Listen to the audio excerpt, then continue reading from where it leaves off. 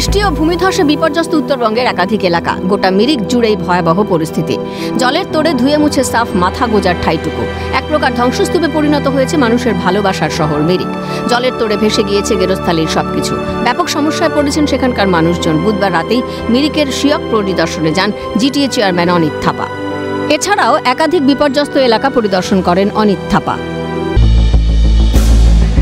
ত্রাণবিলি সহ উদ্ধার কাজ চলছে জোর কদমে। ধ্বংসস্তূপ শিয়কের গোদামধুরায় ত্রাণবিলি করেন দার্জিলিং জেলার অতিরিক্ত পুলিশ সুপার দেবরাজ দাস।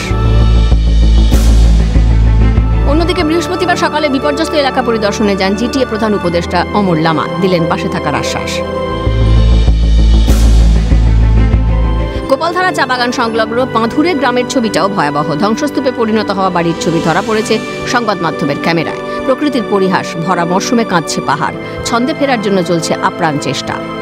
রাজা সাহার রিপোর্ট, ক্যালকাটা নিউজ।